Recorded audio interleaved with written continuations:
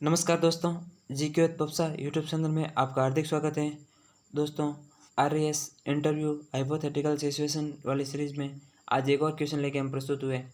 क्योंकि आरएएस के इंटरव्यू चल ही रहे हैं और ऐसा अगर कोई हाइपोथेटिकल क्वेश्चन पूछा जाए तो उम्मीद करते हैं कि जो आरएएस का इंटरव्यू देने वाले कैंडिडेट हैं उनके लिए हेल्पफुल होगा। तो आज का हम देखते हैं क्वेश्चन, और क्वेश्चन कुछ इस प्रकार है कि माना कि आप एक एसडीएम हैं। आपने अपने उपखंड में निरीक्षण के दौरान पाया कि एक स्कूल में खाना बनाने वाली महिला एसटी/एससी की है, वो विधवा भी है, उसके परिवार में और कोई कमाने वाला नहीं है।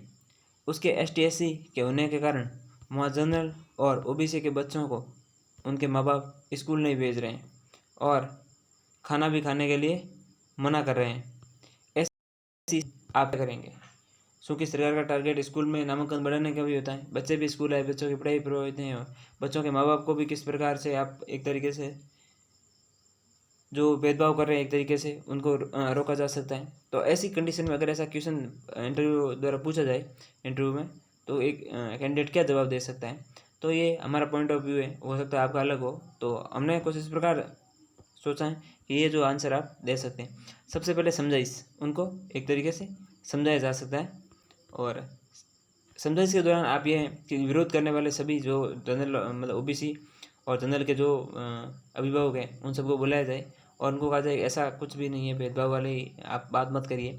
क्योंकि सर्वप्रथम ये सामाजिक एक तरीके से सार्वजनिक पैलेस है, स्कूल हैं वो क्या है एक तरीके से सार्वजनिक पैलेस है।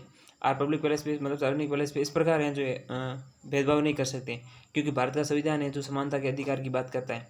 और इस प्रकार आप अगर भेदभाव करते हैं तो आपके खिलाफ कार्रवाई हो सकती है, आप ये कह सकते हैं, क्योंकि ये एक मतलब यानी कि मूल अधिकार है। और मूल अधिकारों का हनन होने के पर माननीय उच्चतम न्यायालय और माननीय जो है उच्च न्यायालय एक तरीके से आदेश जारी कर सकती है। तो सबसे पहले उनको समझाया जा सकता है कि ऐसा कुछ नहीं है, मतलब आप भेदभाव मत करिए, नहीं तो आपके खिलाफ कार्रवाई हो सकती है। अब दूसरा दूसरा इस प्रकार है कि आप विभिन्न प्रकार की संगोष्ठियों का आयोजन कर सकते हैं जिसमें उन तमाम अभिभावकों को बुलाया जाए, एसटी/एससी ओबीसी जनरल वगैरह सबको, जहाँ लगता है कि भेदभाव डिस्क्रिमिनेशन हो रहा है उन सबको मिटाने के लिए समय समय पर स्कूल और मतलब यानी कि सार्वजनिक स्तर पर गाँव में ऐसी मतलब आयोजन करवाया जाए, और जिसकी वजह से जो एक तरीके से जो भेदभाव है वो कहीं न कहीं कम होगा।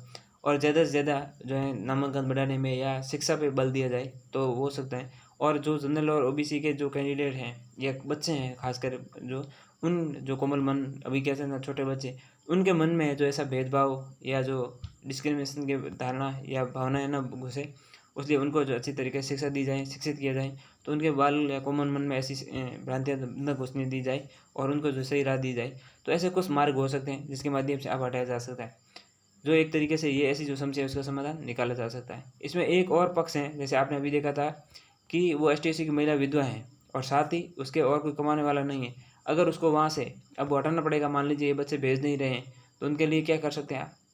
तो उनके लिए आप एक वैकल्पिक जो है हम कह सकते हैं वैकल्पिक रोजगार की जो बात की जा सकती है, तलाश की जा सकती है। उस महिला को कुछ दिन के लिए कहीं ऐसी जगह रोजगार दिया जा सकता है, या फिर किसी दूसरे स्कूल में लगता है कि वहाँ पे कोई मतलब यानी कि ओबीसी या जनरल का कोई महिला है या काम कर रही है वहाँ, तो उस रसोई को जो है इस स्कूल में शिफ्ट किया जा सकता है कुछ दिन के लिए, और इसको है जो यहाँ, और तब तक जो है माहौल ठंडा हो जाएगा। और क्योंकि रोज़ तो हड़ताल करने के लिए कौन आएगा, नहीं ग्रामीण आएंगे ना अभिभावक आएंगे, कोई नहीं आएंगे। तो ये वैकल्पिक व्यवस्था हो सकती है, उनको कुछ दिन के लिए वहाँ भेजा जा सकता है और इनको जो अल्टरनेट करके, और तब तक जो है स्थिति सामान्य हो जाएगी। और साथ ही इनको मतलब ये समझाया जा सकता है कि ऐसा कुछ भी नहीं होता है। और ये भी कहा जाए कि देखिए आप अगर इस महिला को हटाएंगे यहाँ से, तो ये कहाँ जाएगी, इसके रोजगार का भरण पोषण कौन होगा? ये एक सरकारी कर्मचारी है, ये राजकारी में बाधा है एक तरीके से। तो आप उनको ये कह सकते हैं कि आपके जो आप गलत कर रहे हैं, आपके खिलाफ तो कानूनी कार्रवाई हो सकती है ऐसे करके। तो आप ये भी बता सकते हैं। तो काफ़ी कुछ पक्ष हैं, इसको समझाइश के माध्यम से इसको जो है हल किया जा सकता है। इतनी बात आगे नहीं बढ़ी जाए, उससे पहले भी इसको सॉल्व किया जा सकता है। एक तो वैकल्पिक व्यवस्था वाला ऑप्शन है कि उनको जो है दूसरे स्कूल में शिफ्ट कर दिया जाए कुछ दिन के लिए, इनको यहाँ शिफ्ट कर दिया जाए, तो स्थिति सामान्य होने पर नॉर्मल हो जाएगा। दूसरी बात, समय समय पर ऐसा आयोजन किया जाए, सभी प्रकार के जनरल एसटी जो है ओबीसी एसटीएससी सभी बच्चों को, अभिभावकों को शामिल किया जाए, ऐसे समय समय पर ऐसे कार्यक्रम किए जाए, संगोष्ठियाँ की जाए, जिससे जो कहीं न कहीं एक तरीके से भेदभाव है वो कम से कम दूर होगा। और ऐसी जो मतलब रूढ़िवादी जो मानसिकता, थिंकिंग, सोच है वो पहले की, वो सब धीरे धीरे दूर हो जाएगी और उनको भारतीय संविधान का एक जो है वो याद दिलाया जाए कि हमारा कानून है जो भेदभाव इन सब चीज़ों को रोकता है। अगर आप ऐसा कर रहे हैं तो ये गलत कर रहे हैं और ये आपके खिलाफ कानूनी कार्रवाई हो सकती है। तो देखो, समझाइश के माध्यम से है जो कहते हैं कि समझाने से सब कुछ हल निकल सकता है समस्या का। तो ऐसे प्रकार से इस समस्या का निजात पाया जा सकता है या इस प्रकार इस समस्या का हल निकल सकता है।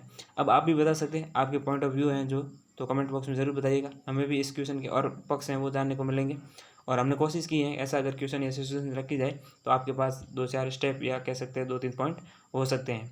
उम्मीद करते हैं आज का ये क्वेश्चन आपके लिए हेल्पफुल होगा।